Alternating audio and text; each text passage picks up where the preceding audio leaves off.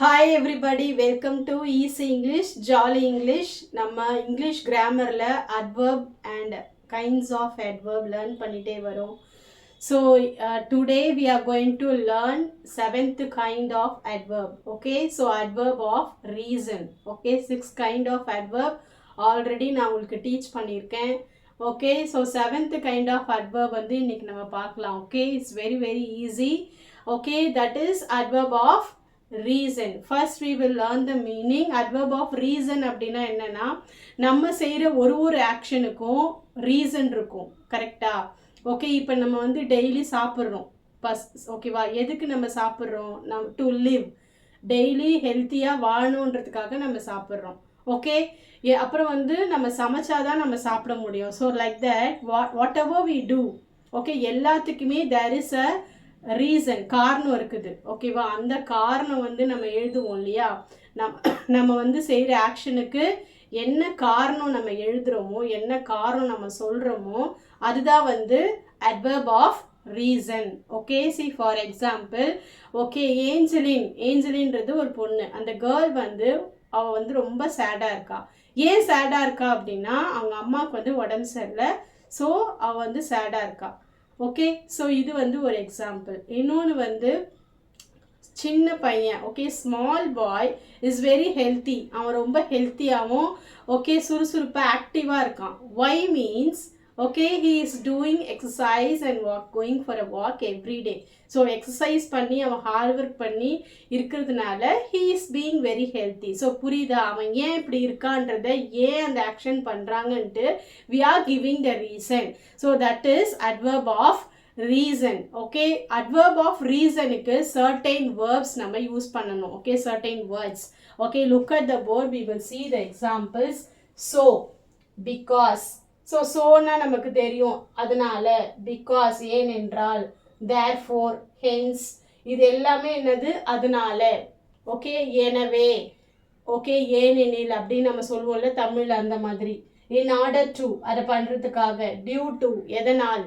Okay, so இந்த மாதிரி words எல்லாமே ரீசன் எழுதும் போது we will place after the sentence. Okay, so நான் எக்ஸாம்பிள் உங்களுக்கு நான் எழுதி போடுறேன். ஸோ அதை பார்த்தீங்கன்னா நம்ம எங்கே யூஸ் பண்ணணும், எப்படி, ஒன்றும் இல்லை, நம்ம செய்கிற ஆக்ஷனை வந்து ஃபஸ்ட்டு எழுதுவோம். Next we will place this verb. அதுக்கப்புறமா a part of sentence reason வரும். ஓகே, அந்த ரீசன் வரதுக்கு முன்னாடி பிகாஸ் வரலாம், ஏன், so, therefore, hence, in order to அப்படின்னு சொல்லிட்டு we have to write. Okay, so let us see some examples. Okay,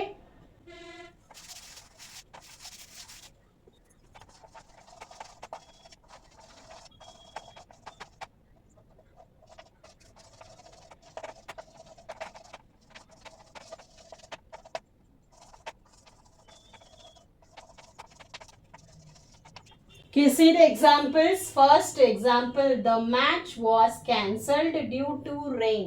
Okay, match வந்து ஸ்போர்ட்ஸ் மேட்ச். ஓகே, அந்த மேட்ச் வந்து கேன்சல் ஆயிடுச்சு.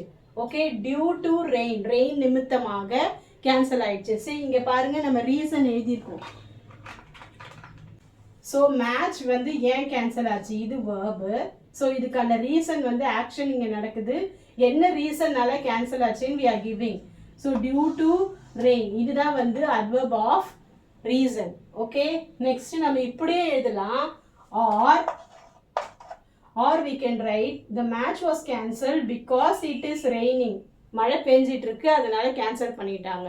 ஸோ எப்படி வேணா எழுதலாம். பட் the word, அதாவது ரீசன் நம்ம கொடுக்கும்போது we can write either because it is raining, because it was raining, because it rained.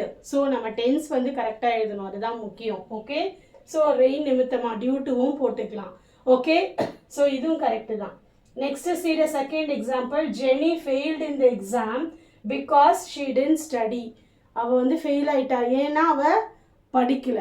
Okay, so because she didn't study, this is adverb of reason.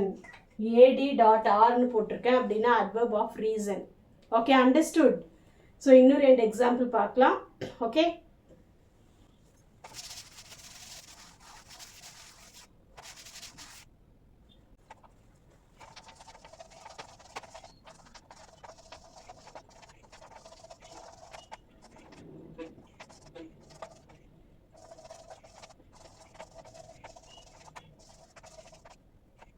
Okay, see the third example. We could not go to the market as it was closed.